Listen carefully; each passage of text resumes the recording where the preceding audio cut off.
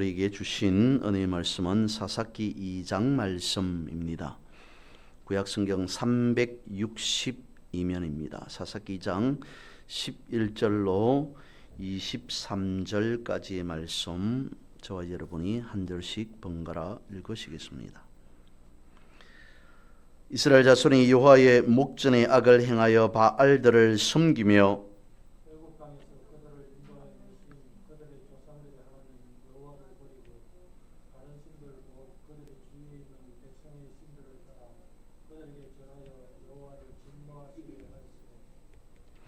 곧 그들이 여호와를 버리고 바알과 아스다롯을 섬겼으므로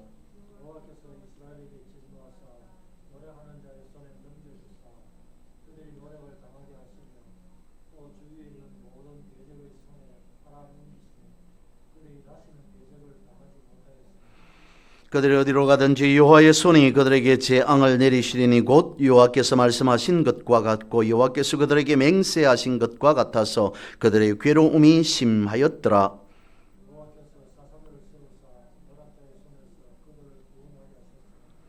그들이 그 사사들에게도 순종하지 아니하고 오히려 다른 신들을 따라가 음행하며 그들에게 절하고 여호와의 명령을 순종하던 그들의 조상들이 행하던 길에서 속히 치우쳐 떠나서 그와 같이 행하지 아니하였더라.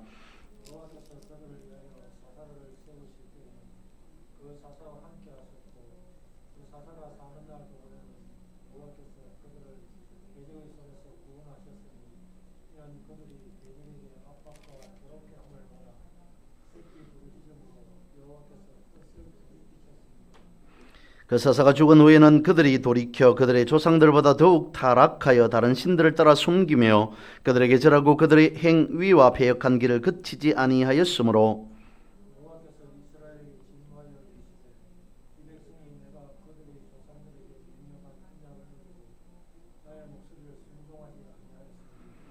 나도 여호수아가 죽을 때에 남겨둔 이방 민족들을 다시는 그들 앞에서 하나도 쫓아내지 아니하리니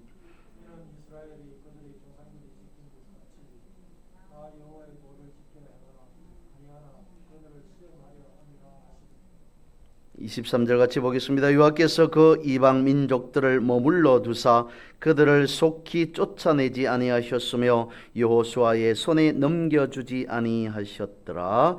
아멘. 지금은 성탄 전야입니다. 예수님께서 이 땅에 나신 이유를 성경 분명히 말씀하고 있습니다. 성경 이곳 저곳에서 우리에게 가르쳐 주셨습니다.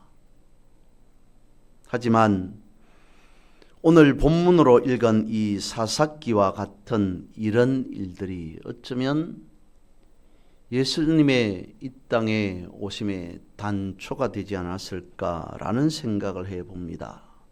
사사기 시대는 그랬습니다. 사람들의 자기의 소견에 옳은 대로 살았습니다. 마음대로 살았다, 자신들의 고집대로 살았다라는 것보다는 죄악과 불순종의 삶을 살았음을 오늘 본문 또한 말씀해 주고 있습니다. 오늘 본문 앞에 있는 10절 말씀에 보면 하나님을 알지 못하는 세대라고 그렇게 말씀해 놓고 있습니다. 이스라엘 백성들이 출애굽하여서 광야를 지나고 가나안 땅, 하나님께서 말씀하신 약속의 땅으로 도착했습니다. 저들은 무엇보다도 하나님을 잘 알고 있었습니다. 하나님께서 선택하신 백성들이었기 때문이죠.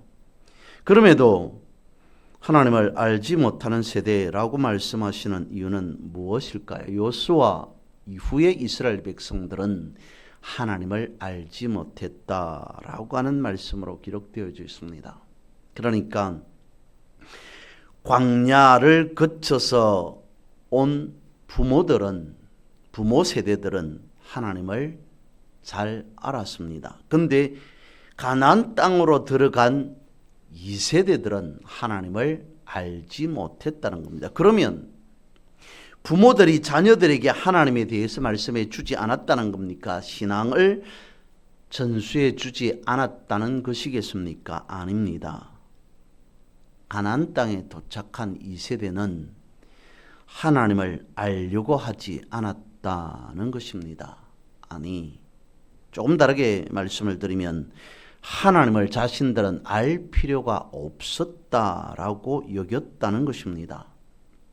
다시 말씀을 드리면 가나안 1세대들은 광야를 통과하고 그리고 가나안 정복에 대한 그러한 말씀들을 잘 알고 있었습니다. 하나님만 붙잡고 살아가야만 했었다는 것이죠. 그런데 이 세대들은 어쨌든 가나안 땅에 도착한 자들입니다. 땅을 소유한 상태입니다. 환경적으로 보았을 때 그나마 안정된 삶을 살게 되었다는 것입니다.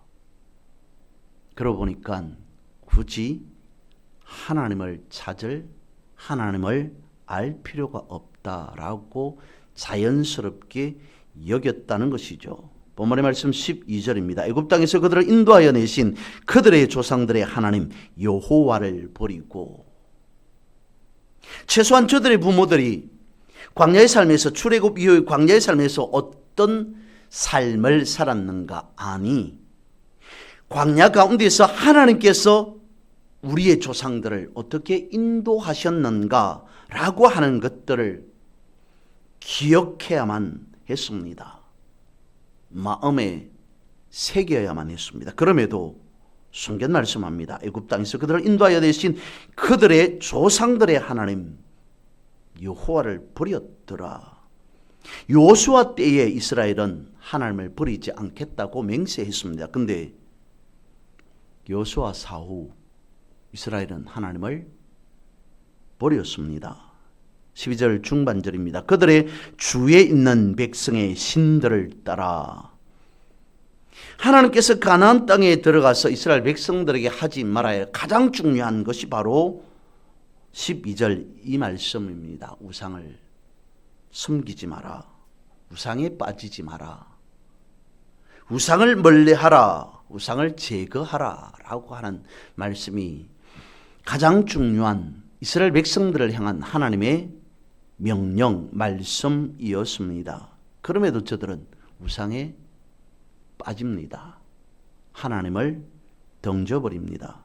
14절 말씀입니다. 여호와께서 이스라엘에게 진노하사, 하나님께서 언약의 백성들에게 진노할 수밖에 없었던 이유, 앞서 살펴본 바, 우리가 아는 바와 같이 그것 때문이었겠습니다마는 조금 더 살펴보면 그 이유는 무엇이겠습니까? 예를 들어서 말씀을 드려봅니다. 어느 화장품 가게를 운영하는 한 성도가 있었습니다. 불경기라서 장사가 잘 되지 않습니다.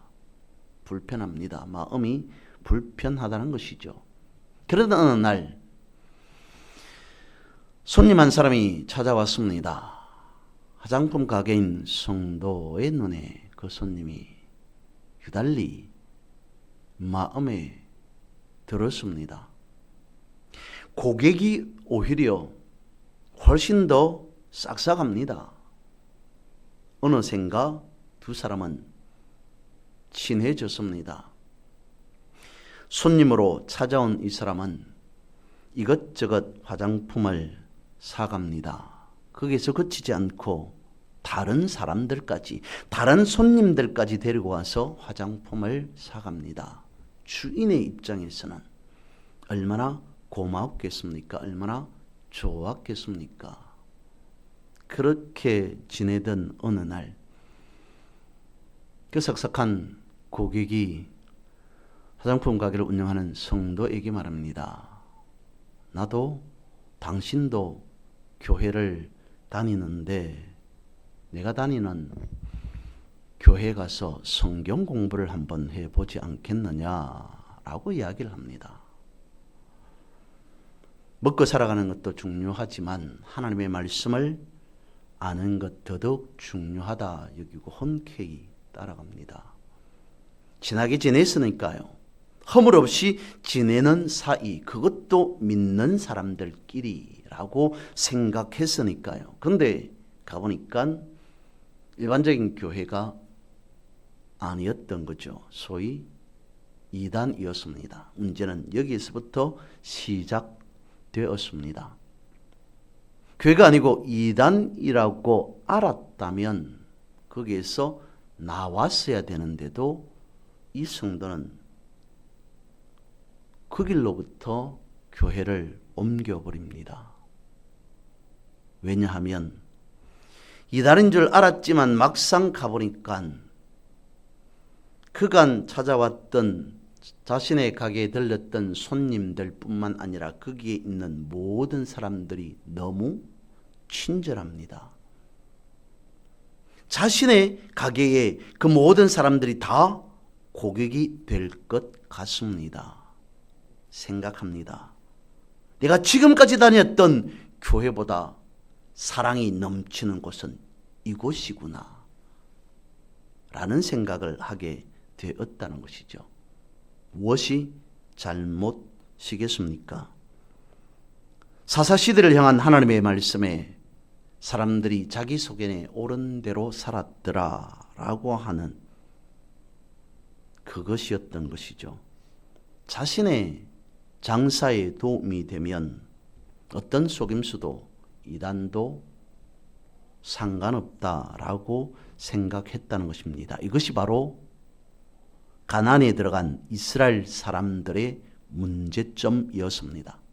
하나님의 뜻과 상관없이 현실에 도움이 되면 그저 따라가게 되어지는 것, 그것이 오늘 본문에서 말씀하고 있는 바알 신앙, 아스다롯 신앙이라는 겁니다. 신앙이라고 하는 말조차도 붙이기가 그렇습니다만 이스라엘 백성들은 가나안 사람들을 몰아내야 됩니다. 그런데 그렇지 않았습니다. 오히려 친구가 되었습니다.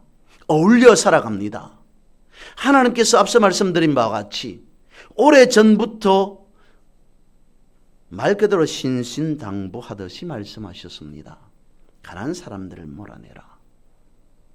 사람들 자체가 싫으니까 그들과 어울려 살지 말아라 라는 것 아니었습니다. 사람들 자체에 문제가 있는 것 아닙니다. 그들 속에 자리 잡고 있는 우상이 문제였습니다.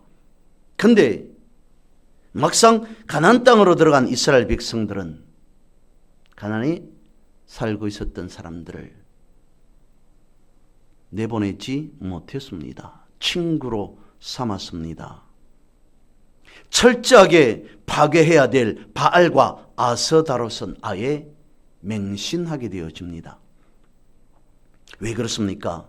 지금까지 이스라엘 백성들을 바라보았을 때 하나님의 뜻을 따라야만이 하나님께서 저들과 함께해 주신다고 생각했습니다. 하나님의 말씀을 계속 붙잡고 지켜야만이 살아갈 수 있다고 생각했습니다. 그것이 최고의 가치요, 최고의 목표라고 생각하면서 가나안 땅에까지 들어오게 되었습니다.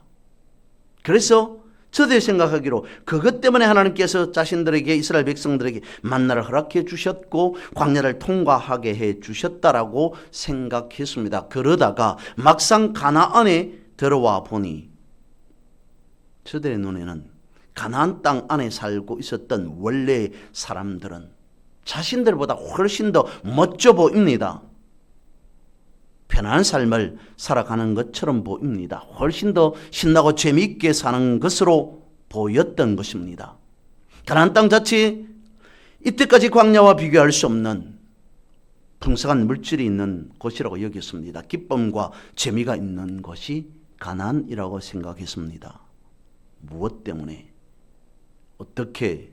바알과 아스다롯이 있어서 가나안에 살아가는 사람들은 잘 먹고 잘 산다고 여겼다는 것입니다. 이스라엘 백성들 생각합니다. 우리도 이 가나안 땅에서 하나님이 아닌 바알과 아스다롯을 우리의 신으로 삼고 믿고 살아가면 가나안 원주민들처럼 잘 먹고 잘 살 수 있지 않겠는가?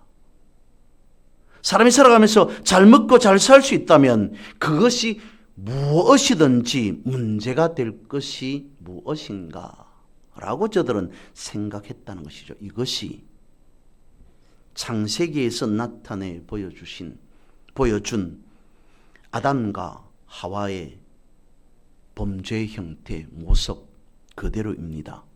보기에 좋았습니다. 먹음직하게 보였습니다. 하나님의 말씀, 명령, 안중에도 없습니다. 그것이 무슨 큰 대수랴라고 여겼습니다. 내 소견이 내가 바라볼 때 먹어도 된다, 먹을 수 있다, 먹으면 돼라고 생각하면 그대로 실천하면 되는 것이지, 하나님께서 이렇게 해라 저렇게 해라 라고 하신 말씀이 무슨 상관이 있겠느냐. 어차피 인생은 내가 살아가는 것인데 라고 아담과 하와가 그렇게 생각했습니다. 오늘 본문에 나타나는 사사기에 있는 이스라엘 백성들 다르지 않았다는 것입니다. 그래서 하나님은 이스라엘 가운데 사사들을 세우셨습니다. 16절입니다. 하나님 여호와께서 사사들을 세우사. 사사라고 하는 것은 이스라엘의 가나안 정복 이후로부터 왕정 시대가 되어질 때까지 하나님의 뜻을 전달하는 대리자였습니다. 정치적으로, 군사적으로 사람들을 재판하기도 하였으며 백성들을 보호하기도 하였습니다. 그래서 구원자라고 불리기도 하였습니다. 저들은 어디까지나 이스라엘을 바로 세우기 위한 임시직이었습니다. 세습되지 않았습니다. 대대로 물려받아서 하나님의 뜻을 전하지 않았습니다. 하나님께서 필요할 때에 그때에 따라서 사사를 세우셨다는 것입니다. 17절 중반절입니다. 여호와의 명령을 순종하던 그들의 조상들이 행하던 길에서 속히 치우쳐 떠나서 그와 같이 행하지 아니하였더라. 하나님께서 세우신 사사들의 말을 이스라엘 백성들은 들어야만 했습니다. 그럼에도 저들은 하나님의 말씀을, 사사들의 말을, 하나님의 대리자의 말을 순종하지 않았습니다. 그래서 성경은 말씀하고 있습니다. 속히 행하였더라. 어떤 길로 속히 행하였다는 것입니까? 이스라엘이 멸망의 길로 신속히 치달았다는 것입니다. 그러면 하나님은 어떻게 하셨을까요? 23절입니다. 여호와께서 그 이방 민족들을 머물러 두사 그들을 속히 쫓아내지 아니하셨으며, 이스라엘 백성들이 하나님의 말씀하셨음에도 불구하고, 하나님의 뜻이 무엇임에도 알고 있었음에도 불구하고 저들은 속히 멸망의 길로 치닫고 말았습니다. 하나님께서도 마찬가지였습니다. 그들을 속히 쫓아내지 아니하셨다. 만약에 여호수아 이후에라도, 사후 이후라도 이스라엘 백성들이 계속해서 하나님을 잘 섬겼더라면 하나님께서는 분명 신속하게 가나안 원주민들을 몰아내 주셨을 겁니다. 그런데 이스라엘은 그러지 않았다는 것이죠.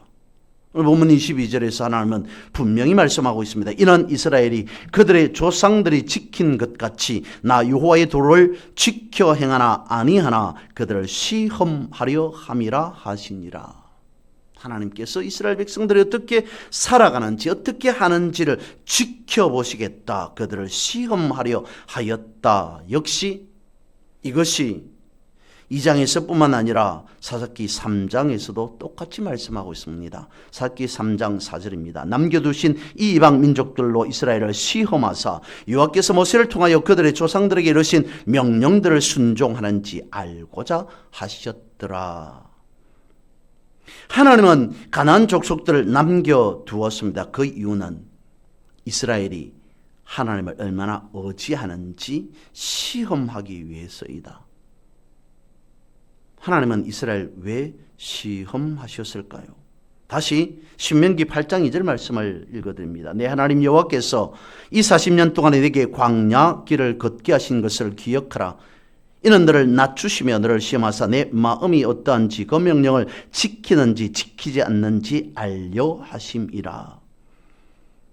하나님께서 이스라엘 백성들을 시험하셨습니다. 왜 그렇게 하셔야만 했을까요? 그 이유는 무엇이겠습니까? 바로 본문 속에 있습니다. 바알과 지긋지긋한 싸움을 통해서 이스라엘 백성들은 알아야만 했습니다. 하나님만이 우리를 유일하게 지켜주실, 보호해주실, 인도해주실 우리 평생에 하나님이시구나 라고 하는 것을 깨달아야만 했습니다. 시험하셨다라고 말씀하고 있습니다마는 사람들, 이스라엘 백성들을 더 힘들고 어렵게 하고자 함이 아니라 오히려 더 성숙한 이스라엘 백성들, 더 성숙한 신앙인들로 세우고자 하심이 하나님의 뜻이었습니다. 그것을 성경에서는 시험하셨더라, 알고자 하셨더라 라고 말씀하고 있습니다. 그 일을 통해서 이스라엘 백성들은 진실로 우리의 인생의 전부는 하나님이십니다. 우리의 삶의 기준은 하나님의 말씀입니다 라고 외쳐야만 했습니다. 그렇게 고백하고 살아서야만 했습니다. 그런데 저들은 그러지 않았다는 것이죠. 그래서 예수님께서 이 땅에 오셨습니다. 그리고 공생의 사역을 하시면서 하신 첫 말씀이 회개하라, 천국이 가까웠다라는 말씀이었습니다. 회개하라, 천국이 가까웠다. 말 그대로 회개하라라고 하는 말씀이겠죠. 뜻을 돌이키라. 잘못된 길에서, 죄악된 길에서 돌이켜서 하나님 앞에 온전히 무릎을 꿇어라 라고 하는 말씀이겠습니다만, 회개하라, 천국이 가까웠다 라고 하는 말씀하신 주님의 그 말씀 안에는 기회는 아직 있다 라고 하는 말씀이 뜻이 포함되어 있었습니다. 무엇이냐면 하나님께서 오늘 본문의 말씀, 구약에서 그렇고 예수님께서 말씀하신 것과 같이 시험하려 하였다, 어떻게 하는지 알아보려고 하였다라고 하는 것은 기회를 주었다는 것입니다. 하나님께서 뜻은 정해 두셨습니다. 두말하지 않고 하나님의 뜻대로 이스라엘 백성들을 처리하면 될 일이었습니다. 그럼에도 이렇게 저렇게 어떻게 하는지 지켜보기로 했다, 시험하려 했다. 그리고 예수님께서 하신 말씀처럼 회개하라 라고 하신 그 말씀, 여전히 기회는 있다. 마지막 순간, 위태한 순간이지만 잘못된 길에서 있는 것은 확실하지만 그럼에도 하나님은, 그리고 이 땅에 오신 예수님께서는 우리에게 기회를 주신다는 것입니다. 그 기회를 붙잡고 이스라엘 백성들은 돌아섰어야만 했습니다. 오늘 우리 또한 돌아서야 한다는 것이죠. 오늘 본문의 말씀과 같이 하나님께서 이렇게 저렇게 뜻을 돌이켰다는 것은 사람들에게 기회를 주시기로 작정하였다는 것입니다. 하나님께로 돌아오게 하려는 마음이 하나님이 뜻을 돌이켰다라고 하는 말씀입니다. 그러므로 우리는 아직 남아있는 기회를 붙잡아야 합니다.